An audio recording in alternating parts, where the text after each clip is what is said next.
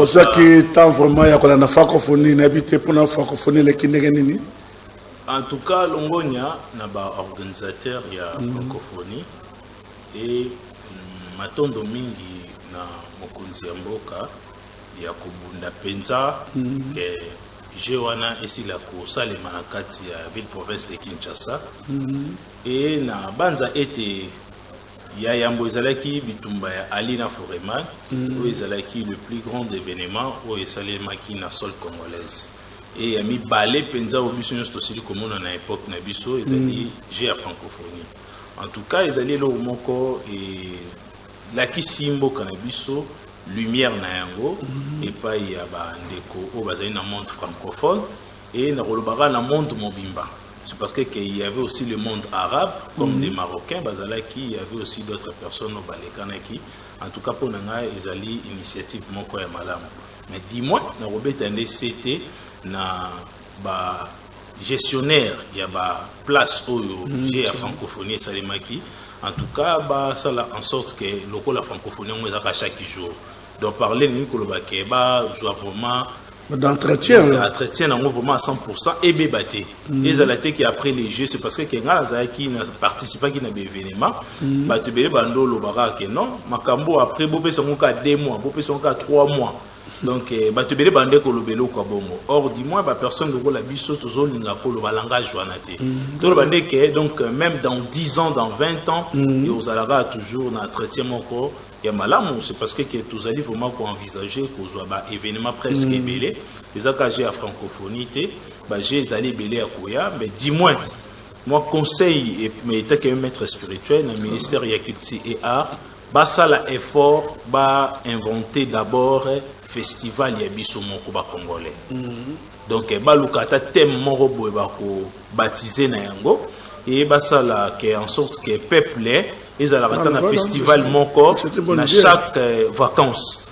En tout cas, recettes financières et aux ala très bien. C'est parce que tout mon expérience soit na j'ai à francophonie. Ngai, ils ont un jour il n'y avait pas de billets, il n'y avait pas l'accès aux côtes. C'est parce qu'il y avait tellement de débordements. Donc il n'y a l'accès qu'à quelque part, bah Congolais, bah ça va pour ça payer, bah c'est payé là. Donc il faut pas vraiment pas initiative, moi ça les marques.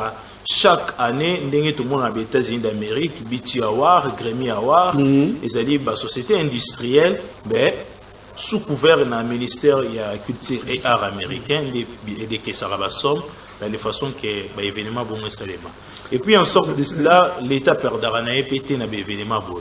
C'est parce que donc il y a un ça et puis il y a un organisé. Ça tient caraba, gestionnaire il y a bien. Et puis, il y a un impact sur le plan spirituel. Dans le monde spirituel, le festival, il y a un impact. Oui, Koko va se payer qui c'est parce que il y a un messager à ancêtre. Les Cambouanes, les Cambou Penza, il y a Yambo Oyo, Bankoko, Tondisami qui penza na sai. Na banza été, les Kanaki penza malamu, puis Bakoko, Baebisa qui n'était que Molobeli, Bakoko, O Bazali, O Batika Biso Utakala.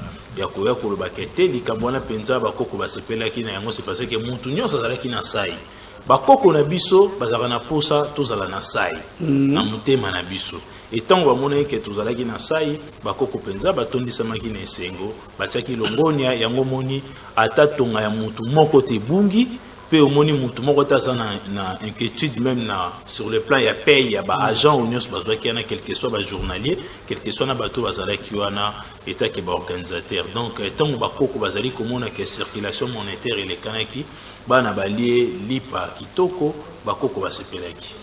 OK, donc comme ça un peu na début ya ba G ya francophonie to bana kete culture na biso pe mo etala ma makasi mingi. Le symbole il y a le léopard, je crois, le léopard mec wana. Pour la yomona qui ont des symboles wana. Je crois sur le papier à cause après l'exception symbole wana, lors il y a ouverture, avant j'ai des méria, hein, symbole le léopard. Et ça a un impact sorti à l'eau wana. Oui, emblème il y a mboka na biso, ils ala léopard. Na banza équipe na biso ba comment obenga ngo léopard.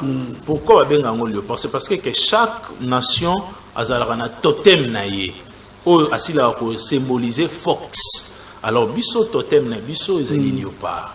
Alors léopard nenga zali wana so moni léopard azala ba couleur presque ebele mais toujours couleur un peu frappant ezala jaune. Alors jaune même dans la police il est à proximité et jaune ezali premier principe il y a lumière. C'est parce que jaune il est à lumière dans le monde occulte. Okay. Alors, tant on déjà tout ça dit que mon élément, il y a léopard peut représenter la tranquillité et la domination.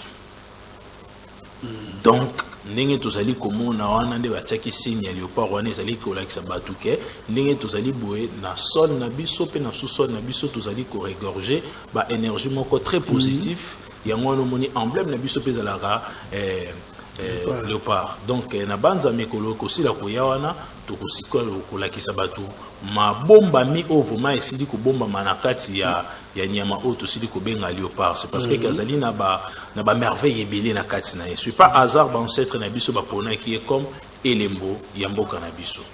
Matolo mingi tozongi na sujet na biso la fois passée sur la sorcellerie pamate ba pena ebele basiko benga biso likamotali sorcellerie ndakisa to kutanga awa Bolim Simomuke, Mbote grand maître, Shika Nakati Alibota Soki, Bozala Kanandoki, Akufi, Kindoki Naye, Ekobanda, Kaka, Kosala, Baïfe, de la Kati Alibota, Soki, membre de Brazandoki. Soki Ndokine, Ndoki wala Akufi, Soki, Baïfe wala Kindoki. Donc, Sala Kakato, et qu'on disparaît libéra. Normalement, Soki Ndeko Akufi. Nalobara mettre fois awande tout ça boy, c'est le corps physique qui meurt. Âme ya monte kufarate. Alors âme azali na ba dimension. Parce que c'est pas toute âme ndaza na même dimension.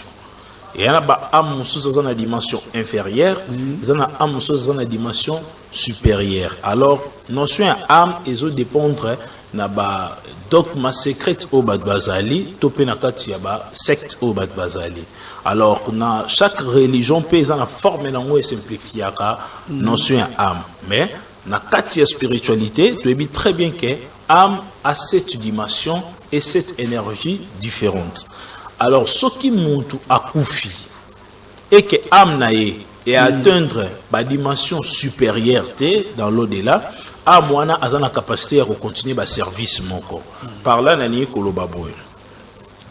par rapport à la question de Kwatuni, ce qui ne connaît azaki ndoki et que akufi et que azalaki na ba mission et sengela ki na ye a exécuter mutuana boy ba très bien corps physique ne kufi mais le corps spirituel est kufité et ozongo yo continuer ba mission ana. C'est parce que Batebele va penser à... Là, vous parlez de la réincarnation.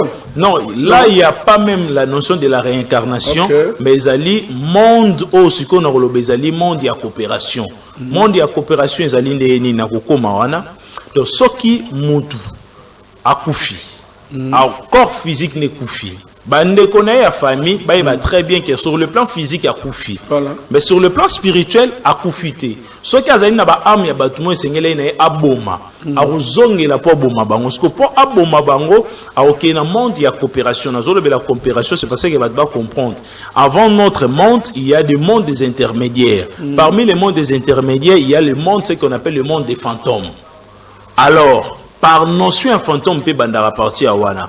A aucun de koluka corps ya mutu moko et que yesiko obanda ko utiliser corps ya mutu wana mutu aza peut-être ya okufa ako coopérer na corps ya mutu azali ya okufa to ako coopérer na corps ya mutu azana bomo yona na utiliser terme ya coopération pour batebele ba na facilité à comprendre pour ce n'était pas terme scientifique et rendre quelques personnes abstrait. Alors il faut siko à ça la coopération. Ngande na zabwe lokola na kufi il faut na zwa corps ya ndeko mususu na ko mobimela yango batu yango omona mutu mususu olali ozomona papa na bino azobimela ombe d'une forme membre négatif aza ko mélancer yo manque ya connaissance ozali ko penser lokola papa na bino mutaza ko attaquer yo or eza papa na bino te mais ezali démon à l'aticor na donc monde des fantômes à l'aticor ya moto mususu ayeko sa nango exercice toke malem ndeni moto akola ta corps a moto parce que n'importe qui a bakola ta corps nzoto na ye Oui, barola ta corps ya mutu soki aura spirituel na yo ezali ouvert. Soki aura spirituel na yo eza fermé, donc moi bala ta corps na yo ezali. Par le fait que expliquer aura wana ba doit comprendre ngote. Aura ezali nini? Aura to considérons comme bouclier, il y a ba acte fort spirituel et scientifique au bisognos to salaka. Nengo mona ka mutu nenga zali boye, azana lumière o ezali visible, azali na lumière o ezali invisible. Alors, ba pratique spirituelle au mutu salaka et renforçaka ba bouclier. So landi na temps ancienne, au mona bien ba koko na biso bazalaki na épée na bango et puis bazalaki na bouclier. Alors, tozaka na bouclier spirituel na bouclier physique. Alors, bouclier spirituel yango nandi to bengi yango aura. Alors, aura wana et variaka ba dimension par rapport à l'exercice au salaka. Et aura zana 7 corps. 7 corps ya aura nde mutu stoy et komi makasi ne peut sa forme ya arc-en-ciel. Donc, ne tout le monde a l'arc-en-ciel nde si la kobimalakata mokili. C'est ça l'aura. Parce que l'arc-en-ciel tout le monde a ebimalakata mokili, ils allaient par rapport à la manifestation, par rapport à la théophanie des dieux et des extraterrestres. Alors, mutu penenga zali boy par rapport à l'énergie zali ko sala, aura na yana et mataramakasi et kobimalrola cette couleur de l'arc-en-ciel. Et chaque aura azalaka siko nelo ba benga fungola.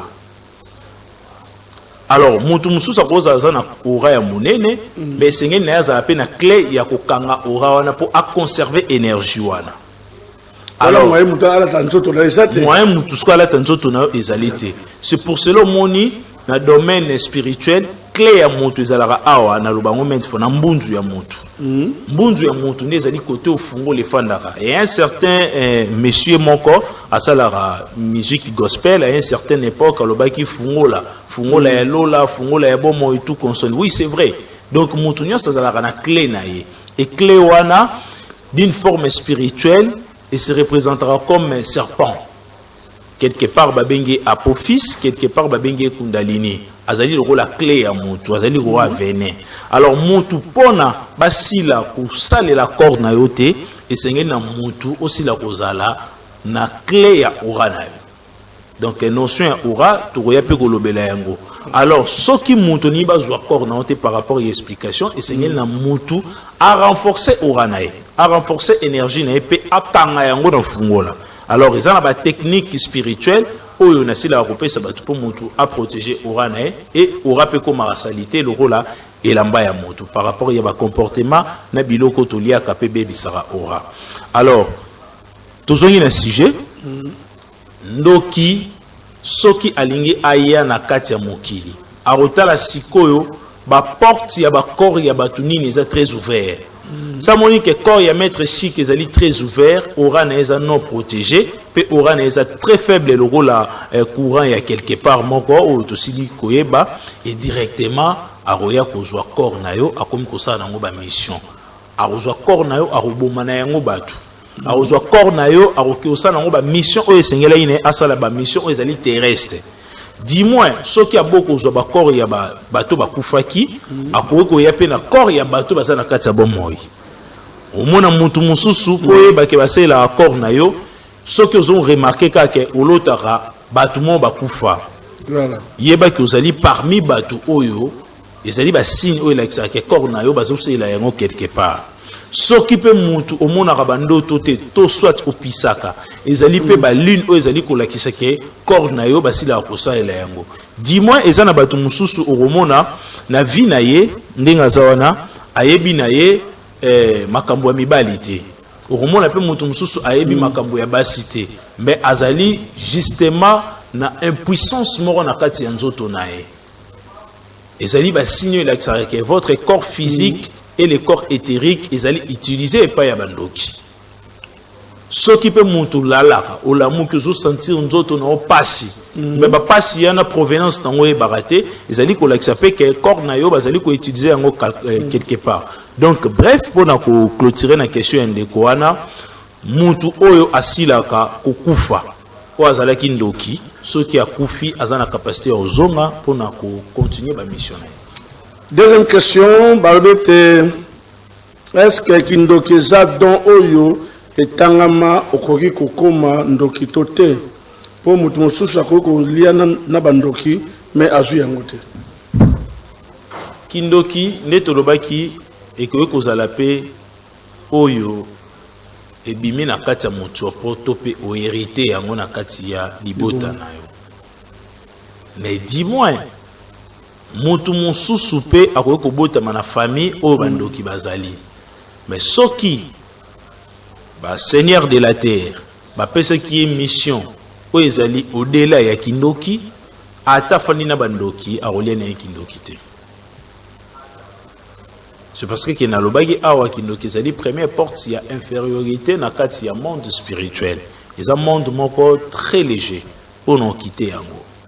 Donc kindoki mususu ekoki kozala eza donté ndende kwa zolobana eza donté mais kindoki ekoki kozala ndeke o hérité kindoki ya famille o hérité kindoki ya famille mais dis-moi eza pe na mutu mususu akoki kofanda kote bato bazali ko kabola kindoki et pe ke ye asili kolia kindoki te c'est parce que azali na spiritualité o ezali très élevé. Alors pour na mutu asila ko échapper na ba doctrine nyonso o ezali ya kindoki ya sorcellerie et seigneur kala mutu azala conscient ya existence na ye pe azala pratika na monde o ezali spirituel.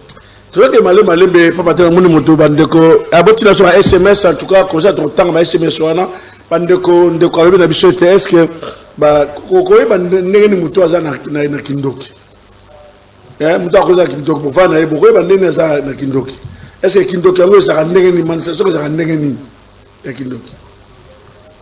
En tout cas, et Seigneur n'a de quoi eba, tozana kindoki ezali conscient, na kindoki ezali inconscient. Alors, kindoki mususu peut tambola par rapport ya attitude au mutu azana yango. C'est parce que chaque personne a un caractère naie ou azali ko dégager. Alors, en effet, ezana mutu mususu peut komona alobate bazandoki. Bon, toke la kindoki, la sorcellerie inconsciente. Oui, la sorcellerie inconsciente, les tolobamètres faut manipuler sans pour autant eba. Mais la sorcellerie consciente pesadi. Alors, ndenge tozali boye, pour na mutu asila koyeba ke mutu o azandoki. Non, peut ça ba aspect o ezali spirituel. La première des choses, il faut d'abord yomoko o activer ba énergie oyo ekoki kozala bénéfique pour na batu. Dans quel sens? Mutu asala ba pratique spirituelle car rapport na emoroté. Mais asala ba pratique spirituelle pour na toute une communauté, to pe na famille na ye. Alors mutu faut banda kosala ba pratique moro boye o ezali ya batu nyonso. Parmi ba pratique oyo zo sala, po oyeba ke mutu o azali ndoki, o banda komona ye kaka nde azala mutu liboso ya ko combattre ba idée, to pe ya ko combattre évolution. Ah bon? Donc, ndoki azali mutu o azali ko combattre toujours évolution moroboye o ezali bien moroboye communautaire. Wana ezali ba signe oyeba ke mutu azandoki. Donc signe de plus meilleur ya mwana. C'est parce que mutu muso akozala azo penser ka po mutu azandoki faza na mapalata na mutu ou soit faza na malformation. Kwa yeba kazandoki, non? Mutu pa koza azana cravate, azana costume bazandoki. Mutu mususu pa koza la mwasi azana manzaka milai miso atie soki ba good blé mbe azali sorcière. Donc kindoki kotala yango na loposo boyete mais tala yango na aspect spirituel pour nous détecter mutu azandoki ezali ka mutu o aboyaka évolution moko boya bato ebele to peso bozana idée moko boye ozo mema bino en avance yem tako isaka. Donc ezali parmi ba signe oyeba ke mutu ana azali na kati ya sorcellerie. Ozandoki te j'espère. Est-ce que maître Chika Hassan docteur c'est pas pour me rendre bandoki? Non, on a azali homme spirituel né na otoko loba. Ba ancêtre na biso ba yeba ki na bango kindoki te. OK. Ici il y avait la spiritualité. Mais dis-moi kindoki ezali biloko moko boye ba néocolonialisme nde ba yeli biso yango. Donc ba yaki nango d'abord na kati ya colonisation et puis ba yeoya nango lisusu. Donc ndenge tozali boye po mutu banda ko pumbwa ezali mutu o ba pesi code ezali mutu ba pesi accès na astral o ezali inférieur. Donc c'est un peu ça mais ba tebele o bazali ko landangai ba retenir très bien que maître Chika azali sorcier mais maître Chika azali homme spirituel. Ok, n'habitez. Donc, quand la sorcellerie, d'après Badoué, la sorcellerie, c'est satanique. Oui, c'est satanique. Mais vous savez que sorcellerie qui nous dit, nous malam, qui nous dit, nous sommes est-ce qu'il ne peut pas malam aux alak? Tende toza boyda na loba met fo ke kindoki ya malamu ezalite de konyo so zo landanga na de kwa komeli biso message wana et sengela yeba très bien que il faut yeba ko sala la part des choses tozali na kindoki tozali na la magie et tozali na spiritualité alors na kati ya sol Congo ezalaki na sorcellerie yé kala mingité tango domaine doctrine religieuse la premier siècle kindokezaki te batunde boye baté ko différencier entre coutume na spiritualité na sorcellerie coutume ezaki ndokité coutume ezali ba principe ezali ko batela mabele coutume ezali ba principe ezali ko batela mabele peut ko faire évoluer village topé secteur topé territoire mais dis-moi la spiritualité ezali universelle et pas ya bakoko na biso na place ba benga ke wana ezali spiritualité ba bande ko benga ngo la sorcellerie ba benga ngo kindoki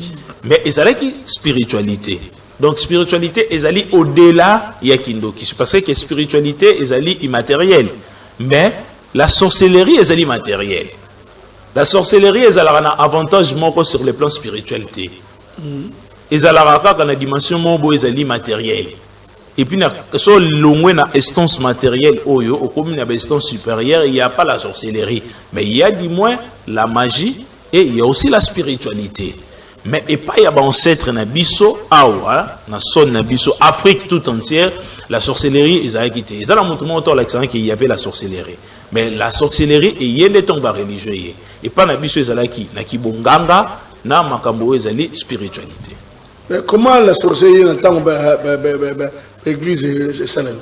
C'est parce que ba personne religieuse tombe qui besoin qui temps il y a ko réfléchir comment est-ce que ba ko manipuler biso pour ba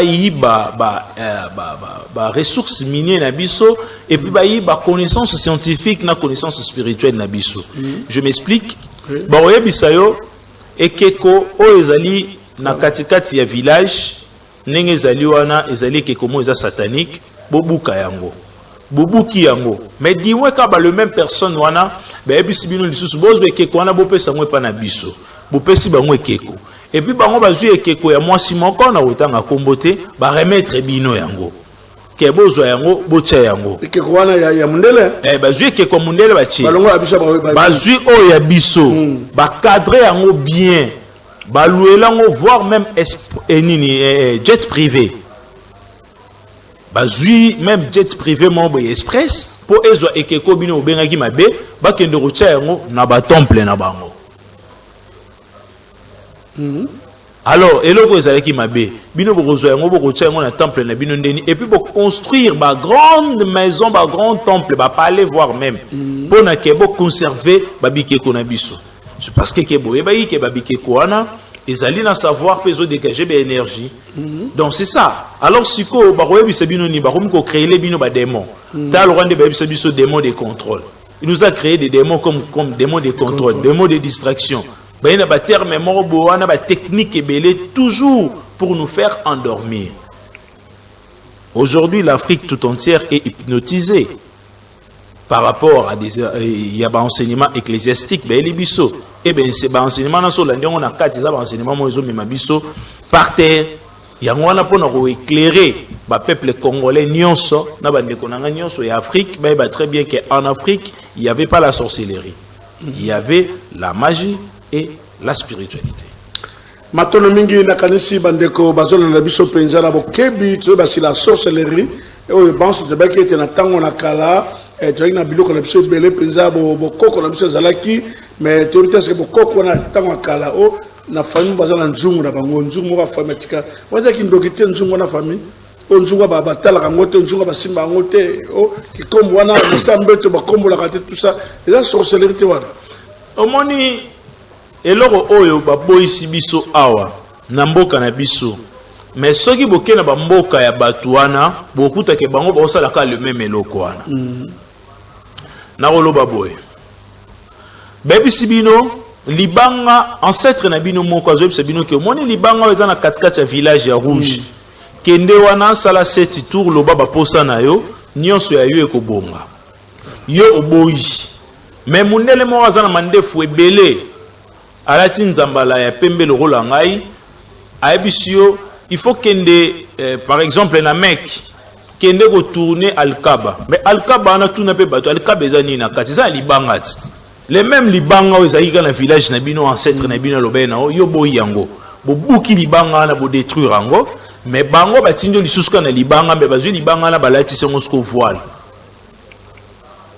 ozomona te kezaka même chose mais ba oyebi so ke o ayo za kindoki o ya bango neza positif ba ebisi yo ndenge ezali boye po vi na yo ebonga il faut okende par exemple Israël okende kosukula na mai moko boye soki mai ya Jourdain mais dis-moi ozobosana ke bakoko no bazoyebi so ke omoni mai ndombe ka ndeza awa so okei omibwakami 7 fois kuna obimi botutuno nyonso esili yo boyima indombo lingi ka fleuve Jourdain donc ozomona nde baloba vraiment ke bozali ko bimisa mutu ya maladi na terrain ya football po bokotila biso ebembe do babimisi biso etake bato maladi bakotila biso ebembe do babomi biso carrément po mutu maladi akoki quand même ko sa sortir mais mutu ebembe comme déjà inconscient a commis fragile, très dire, à réfléchir, c'est parce qu'il est devenu impuissant.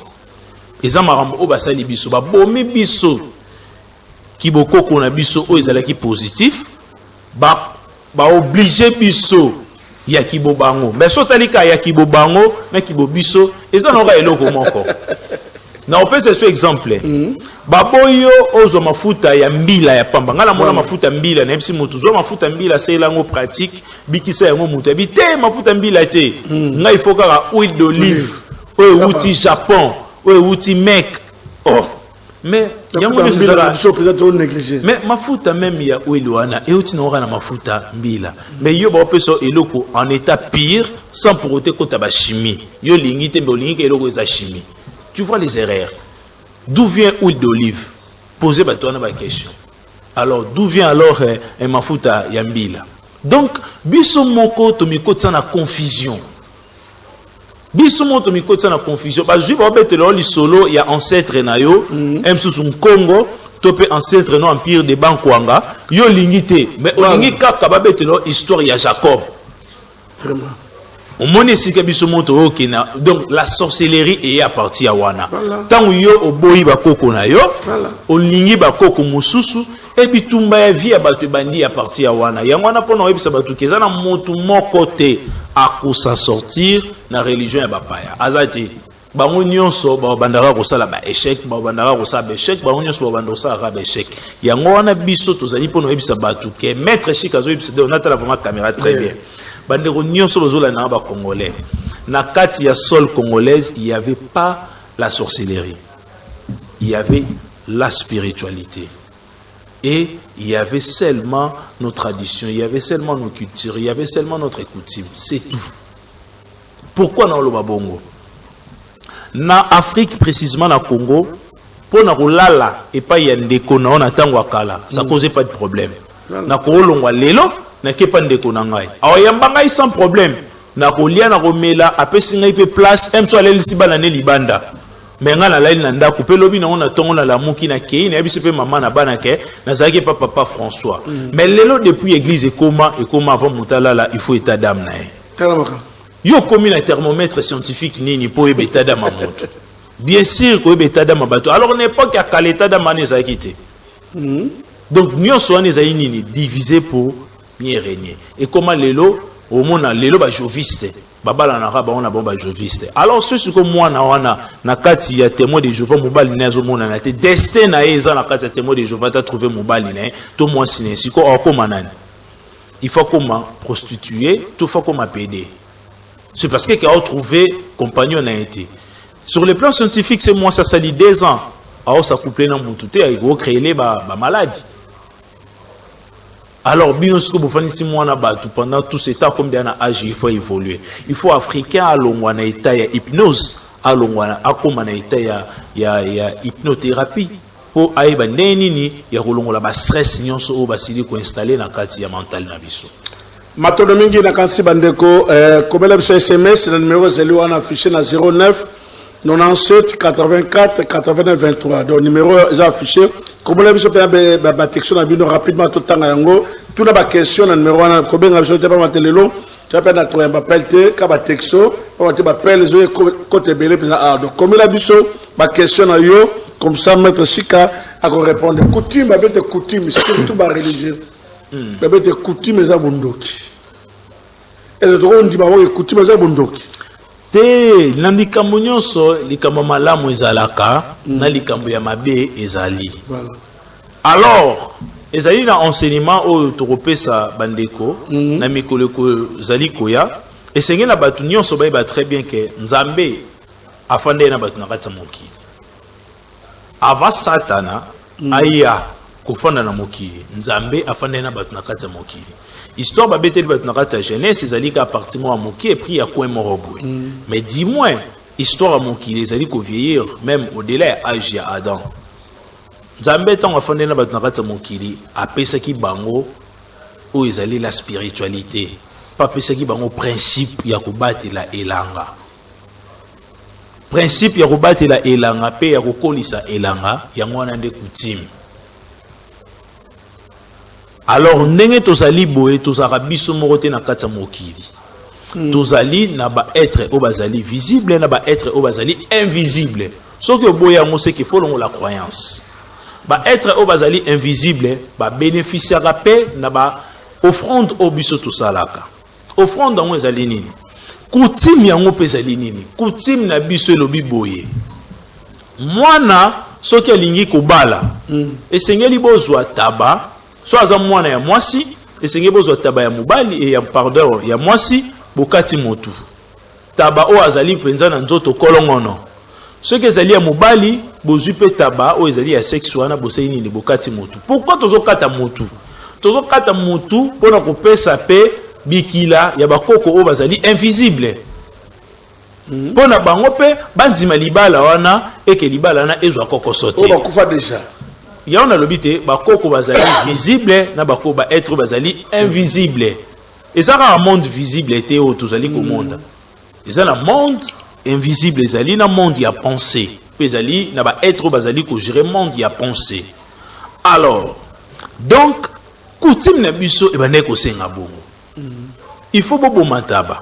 Alors ton ba religion ba ye nanzala lokola mundele azalaki na zamba te amoni bino bozoboma nyama po bopesa bakoko alingite mais bino bozoboma nyama bopesa bakoko bwende nini ayebisi bino o nyonso bosa cérémoniale ezali nini ezali kindoki mais ye wana kaka mundele soki ekomi na fête des juifs au moins azwi bouc blanc akati mutu ye wana mundele soki ekomi na tabaskil azwi tabasai nini akati mutu mais ndenge nini ye na tangu ya fête ya bakoko na ye azokata bango mutu yo siko na tangu ya orendre bakoko na honneur ozokata mutu te où est le monde?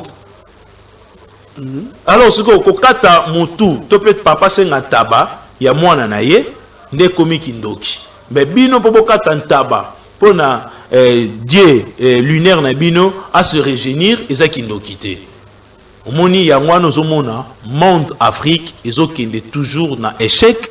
Et le monde asiatique et le monde européen, ils ont évolué. C'est parce qu'ils ont dominé spirituellement. Alors, donc, côté ane rolobake, coutume, il y a ma BP kota, mais il y a malamu izali. Restons d'abord positifs. Tout ce que nous avons enseignement izali négatif. Restons d'abord positifs. Sur le plan positif, tout ça la marre nabiso. Lelo papa zo senga télévision. Na libala topé groupe électrogène oui eza mabete mais yo zo senga na obosa ni osenga mungwa pona bakoko ndeni leo na libala même mungwa ya kobogela bakoko ezate nyonso komaka il faut les chamba ba makaso wana eza lisusu te yango no moni ya tellement de complications na kati ba mariage okay. Mubala zo ke no bala mutu $20,000 na $20,000 na ata 10 francs okatana ba pesi bakoko te. Siko tangu mutu wana arokende romona évolution zo kende te yo lo bango ndeni ke coutume na bino eza kindoki te yo mondo telemeli nature. Donc c'est ça coutume elingi ko tia mutu connexion na nature. C'est parce que mutu ça azali en dehors ya coutume c'est qu'azo vivre en désharmonie na nature. Ok, est-ce que si vous avez na kati ya lupango na na butu par exemple, alors on appelle les 4 coins lupango na ye abwaki makaso abwaki nsamba azako loba pour ba koko kobela ba koko eza mabe eza malamu les premières août nazwaki nakindaki na kotala bandeko nyonso bakufaki na kondo nsongo Musa wazaki papa na ngai et tant nakindaki kuna na tuni leki tozaki nene mais likaya nini papa ande komela ote ande komela likaya moko boye to tanga kombote pona publicité a na bibo sombela ngango ba sombeli ngango tongo toye na sombi na tsamba na tumbele likaya na cheliwa na somela na zwi tsamba na pesi tout ce que onga na lobe na ye yango onga na omona c'est parce que moto déjà kufi naza na mbongo na ko pesete na olambela été pour na pesa masanga na ye na pesa na likaya na ye. Donc jour ngai na kobalisa mwana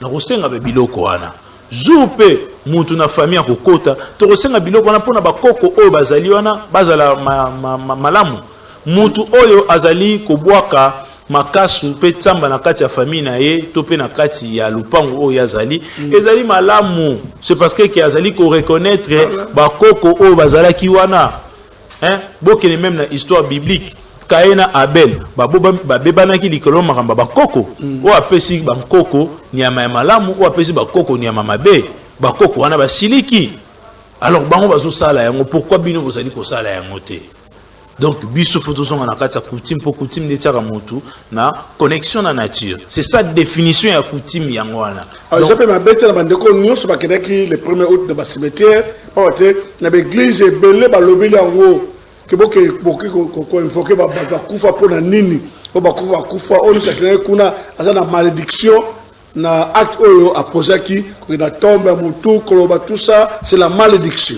et ça la maman mo ba ça va peu ben impact na domaine ya roté na batindelenga parti wana alobeke mutu akende kotala ba wei aza mutu moko boye soki inutile va kende kotala ba wei te.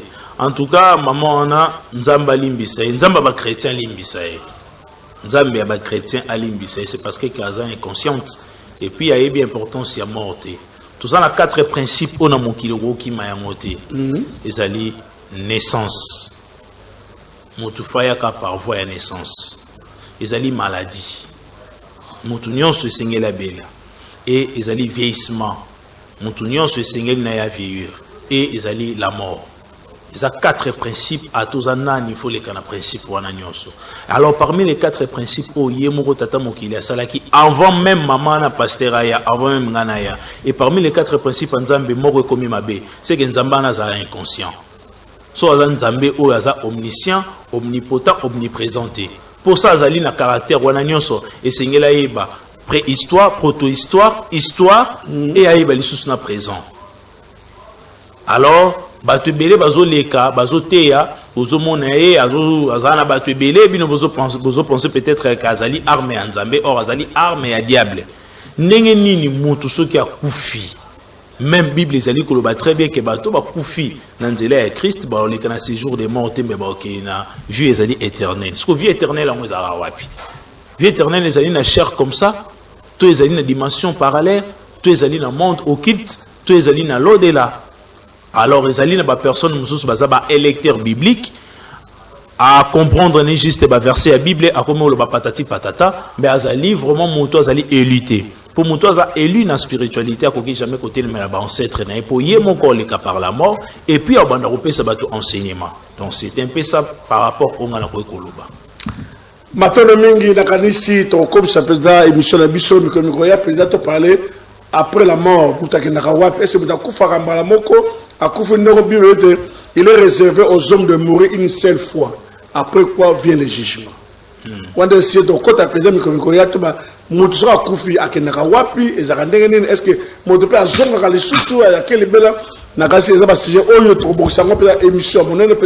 on va faire un mois avec le maître Chika. Total, ça passe après la mort, il faut bien essayer ensemble, comme ça, bah, éclairer pour l'au-delà, après la mort, il y a Moutou, Ezaka, mais revenons à la sorcellerie, c'est très très important. Est-ce que na évité pas maté aux sociétés ne ba rendoki na butu apumbwaka na physiquement peut-être c'est pas spirituel mais ça ndenge nini normalement pas de rebelle ba pumbweti ba na tongo o essence silba ba kuti mutagala kiti baka o bazala ke bakuti mutu apumbwaki et que mutu wana bakuti na nzoto ne ma physique ils ont comment ils ont un peu moins rare c'est parce que corps physique pour na azo dimension ko voler sur le plan physique boy ils ont parlé d'il y a énergie belé mais l'eau est tambu sera mingi ils ont merkaba ils ali ou soit secousse volante oh ici la rotambu saba alors ce qui aux la carte secousse volante wana pour obima la kati wana loba il faut ezala na flèche moko et tout y secousse volante wana nde ko bima mais dis-moi ezala moi passe ou soit mutu oyo azali na réserve sanguine et belé donc attondi ici banque du sang na belé donc mutu abomi ba te belé mais il faut les capuches au moins de 100 personnes pour qu'on a la capacité corps comment voler boy donc comment voler vraiment le roi mutu il faut comment vraiment la capacité de 100 personnes plus ou moins 100 personnes c'est parce que quand il y a être humain si je me trompe pas ils ont la 5 litres à pamba il y a makila si je me trompe pas donc il y a 5 litres alors si il faut que plus ou moins et il y a 5 à 6 litres comme ça il y a 5 à 6 litres plus ou moins 6 litres donc il faut que soit 6 litres on a multiplié par 100 personnes pour épaissir nombre et litres mort pour la capacité corps physique non comme au pour que nous ça en manifestation c'est parce que vous possédez de l'énergie et belé donc ils ont la batu au babomi batu belé a la capacité à voler pe bongo mais dis-moi kindoki essayer la non ka voler na corps aux ezali ka physique té les autres qui na habité Dorifor tout ça n'est pas possible pas les belé ah on habite ba question belé a bolimbi ça tout cas comme la biso ba SMS bolimbi c'est ba SMS vous savez sur SMS pour matin moi peut-être ma bilan de réalité tu ma gambela ebele comme là sur SMS négocio benga biso na moi oil donc pour na ko chiter ndoki po apumbwe kaka na corps physique té awo pumbwe na pe na corps ezali spirituel c'est parce que ebele pe babanga na corps physique c'est parce que so kuteni na rayon mo au maître chic au sala ba pratique neto kangara déjà zone wana et aux amours pratiquement impossible au atterrir ou soit sogo atterrir qui pour okende donc tout ça la capacité à retenir yo physiquement mais dis-moi batu musus pe au mona ke nzoto na e monani eza soki maître spirituellement boy aligné avec sa kindoki na en face que Alex Bino Kendoki à l'Okarabino, nous avons la capacité à l'ongolais, voire même n'importe quel endroit zali, peut faire apparaître corps physique wana. Donc, le maître spirituel peut passer la démonstration à bongo pour nous like sa capacité spirituelle ni au bon bazali na yango. Donc, aux vraiment ndoki kota zali à l'ongolais pas bimisi a ou soit na ko bimisi par voix, il y a écran ezali na pembe nanga ou soit par rapport il y a écran magique il y a temple, c'est parce que chaque temple fait ça toujours un miroir. Tu vas comprendre même la télé est outil dans le temple. Donc à partir par l'aide il y a miroir né la télévision tous allez comme mais miroir donc pour nous inventer un outil dans la maille maïndé à partir de aquarium ya maï des possibilités initiative ya recréer miroir et miroir des possibilités initiative ya recréer TV c'est parce que bato liboso ba ne kota no makambo na kati ya miroir na ezaki bo na temple de miroir ezali oui miroir fait ça c'est parce que pose la capacité à rotala l'au-delà OK oui aujourd'hui on peut battre solo Otala, c'est parce que ba formi otala baptisé belé na groupe c'est même formé par l'aide ya caméléon. Muto azana 4 caméléons ça tient miroir wana et que na pesier ba singa oka basi bakanga basuki okoma na capacité ozana miroir otala makambo mais faut na capacité ya ko maîtriser oyo mona. Pour soko koki ko maîtriser ngote o tomber fou joyer sur place. Ah bon? Oui, c'est ça le monde qui ça ba biloko mo pe il faut bien hôtel aussi. Oui. Aujourd'hui on réglé. Moutunion a la capacité à bien disposé, a la capacité à la télévision d'esprit. C'est facile, c'est parce que total a déjà au moment où là oh l'autre a un d'auto ana yango anandet. Surtout aux années d'auto ana, tu rends on se palpable pour la facilité au monde. Maintenant mingi na kanisi tu regardes posa to kita la table kuna to filmer to zobanga Miroir ya temple est pratiquement impossible la caméra côté c'est parce que panzana. Ya solo. Donc ba outil nyonso mona ba basala ce sont des spectacles. Ba film maka spiritualité té. C'est parce que ça une dimension mususu au même ngai mettre né dans za boza ba entité mususu non té na mona. C'est parce que na comme on a capacité à remonter té so monier directement faut kufa. Le roi ange de la mort pour nous aller aux yeux fixés mis sous il faut qu'on atteindre dimension mon bébé na âge mon bébé na dimension no combien côté dis-moi la dimension ya âge à âme ya moto faut amane ko ça 40 pour la facilité au tal l'ange de la mort na mis sous pendant quelques minutes mais dis-moi au rotale na makolo to ko rotale na luketu to ko rotale na ba forme mususu peut-être apé sur sima mon Congo c'est parce que la force père au tal ange de la mort boé au repousser liwa envers eux. Ah bon? Oui. Nous sommes déjà plusieurs fois. Et dis-moi, elle a mis sous thé, Nathalie na Congo, puis Nathalie na Makolo. Oui. Attends, les gars, non, ange de la mort, elle est na forme Oyozolo Baranate. Ange de la mort, tout le monde a bango par rapport à exorcisme. Ceux qui m'ont possédé et ange de la mort, Azali Kosenga Montouana, Azan ba premier signe à Tindara. Arola, tu peut-être voile, ou soit à Kopakolo déjà parfait naé. Donc j'utilise le terme parfait, c'est parce que au moment où nous tambola a commis déjà partout au tambola zakana sur le problème. Partout au tambola, donc il faut qu'à maquiller ça les mots bien faut des gamins ça les mots. Ils ont déjà montu au parfumé déjà na ange de la mort dans la royoka odeur wana. Alors montu à ça la crise pamba pe. O abela ba maladie mort incurable.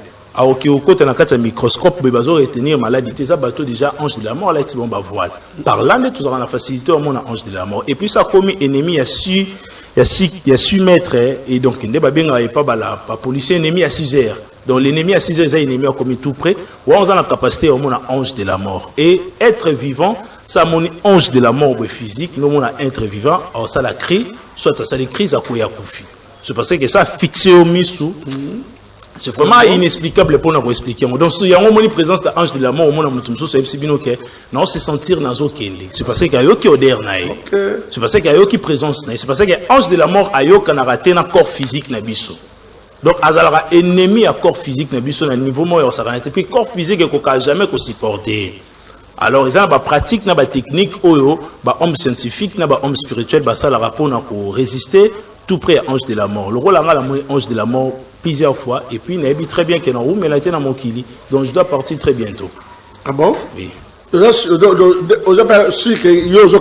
je peux partir même demain, même après demain, c'est parce que donc mon est déjà trop. Ok. Je dois toujours me réincarner, ceux qui vont saigner à Karma, c'est très intéressant, en tout cas, de mettre Chika. Je crois que nous allons faire une émission, en tout cas, pendant un mois, c'est la mort, parce que les introduction par l'ange de la mort existe. Donc, je crois qu'on va arranger avec mettre Chika bien que Kokena Mikolote. Parce que bon, de la mort à plusieurs fois, peut-être gros. Donc, retenez en tout cas, on va faire un programme. Comme ça, tout le monde s'abatou. Après la mort, ils ont au-delà de la mort, ils ont numéro de téléphone à mettre Chika. Numéro de téléphone pour la pratique, ils allaient plus 243, 105 et plus 243, 82, 105, 99, 99. Puis encore 82, 105, 99, 99, 99. Ou encore 89, 63, 62, 367. 63, 62, 367. Temple Ezali na commune ya Kinshasa, 6 avenue Itaga numéro 146, la commune ya Kinshasa. Donc avant Montoya, il faut Abenga. Référence Ezali, Prince ya Willery, avant comme ville. Merci mingi na bandeko banonaki biso na kisa capitaine Mono kakwa na Kimbangu. Merci également na Dorifo o asitaki biso na émission lelo. Merci également na papa na biso na régie Papi. Merci également na notre bien-aimé ici en face de nous qui parle vraiment français très très bien. Le nom m'échappe encore. King, il parle très bien français en tout cas. Merci King, merci également na Sangla o asitaki biso. Merci également na DG na biso Junior Dinanga. Ce vendredi, Fastivier, donc ça 3 ans, 3 ans en face télévision, c'est ce vendredi. Je crois qu'il est trop beau, ma casse soupe, ma casse, na Tsamba, na Fast TV, en fait, que ma coco, bah, c'est là. Pour la lutte, awa, Zambe, mon canal, que peut un certain problème, ce banso, autre, j'ai qu'il va couper dans la nabiso, na moko na lelo, ciao.